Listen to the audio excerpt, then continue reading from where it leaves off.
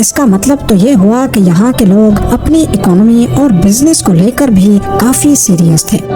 تو اب سوال اٹھتا ہے کہ کیا یہ لوگ آپس میں ہی چیزوں کی لین دین کرتے تھے یا پھر باہر کی دنیا سے بھی ان کا کوئی سیکرٹ کنیکشن تھا؟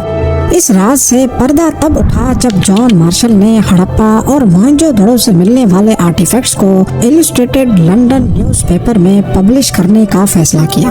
یہ آرٹیکل 20 سپٹمبر 1924 کو ایلسٹریٹڈ لنڈن میں چھپا اور یہی وہ پوائنٹ تھا جب دنیا پہلی بار اس سویلائزیشن کا نام سن رہی تھی، ورنہ اس سے پہلے لوگ صرف میسوپوٹیمین اور ایجپشن سویلائزیشن کے بارے میں جانتے تھے۔ اس آرٹیکل کو پڑھنے اور مختلف آرٹیفیکٹس کی تصویریں دیکھنے کے بعد عراق سے تعلق رکھنے والے آرکیولوجسٹ نے جان مارشل سے کانٹیکٹ کیا۔ ان کا کہنا تھا کہ جو سیلز آپ نے پبلش کی ہیں ویسی ہی سیلز ہم میسوپوٹیمین روئنز سے بھی نکال چکے ہیں۔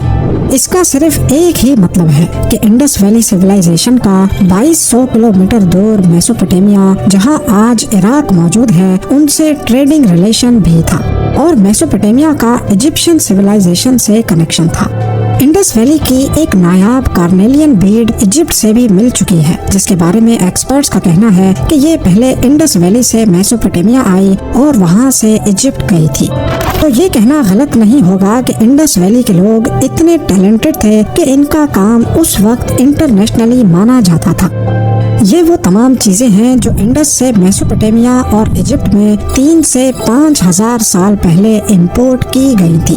ان میں ویٹس، نایاب تراشے ہوئے پتھر، بریسلیٹس، بیڈز اور سیلز موجود ہیں۔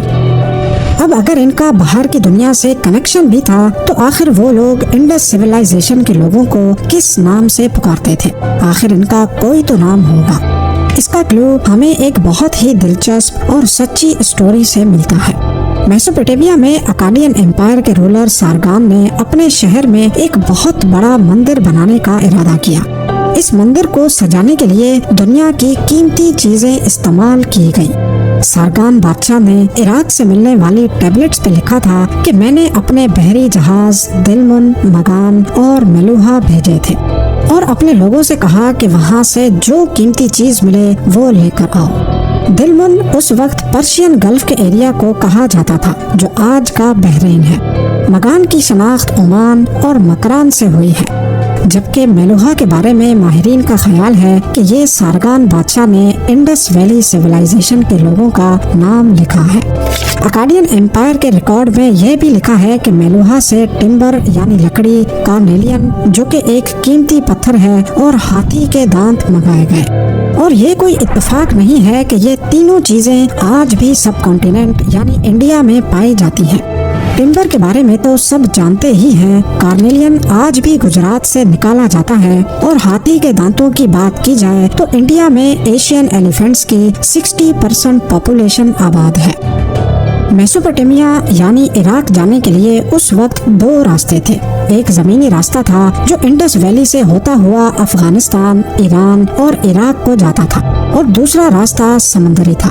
انڈس ریور کے بہاؤ کے ساتھ کشتیوں پہ سامان لاد کر سمندر کے ذریعے پرشین گلف تک پہنچایا جاتا تھا۔ 5000 سال پہلے سمندر کا لیول کافی نیچے تھا۔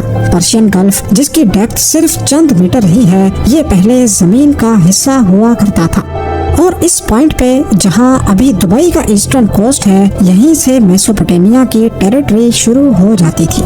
یعنی جس پوائنٹ پر انڈس ریور سمندر میں گرتی ہے، وہاں سے عراق جو آج 2000 کلومیٹر بنتا ہے، یہی راستہ پہلے 1000 کلومیٹر لمبا ہوتا تھا۔ موہنجو دڑو اور انڈس سویلائزیشن کی بہت ساری چیزیں تو ہم جان چکے ہیں، لیکن کچھ چیزیں ابھی بھی ہم نہیں جان پائے، جن میں سب سے اوپر یہاں بولی اور لکھی جانے والی لینگویج ہے۔ ان کی لینگویج کو انڈس اسکرپٹ کہا جاتا ہے۔ جس طرح انگلش کے 26 الفابیٹس ہیں، ہندی کے 46 اور اردو کے 39۔ ان ہر ایک الفابیٹ کی اپنی ہی یونیک ساؤنڈ ہے۔ اسی طرح انڈس اسکرپٹ میں ابھی تک ٹوٹل 419 الفابیٹس یا پھر فگرز ریکارڈ کی گئی ہیں۔ ابھی تک کئی اٹیمپٹس کیے جا چکے ہیں، لیکن انڈس اسکرپٹ تاحال ابھی تک ڈیکوڈ نہیں ہو پائی۔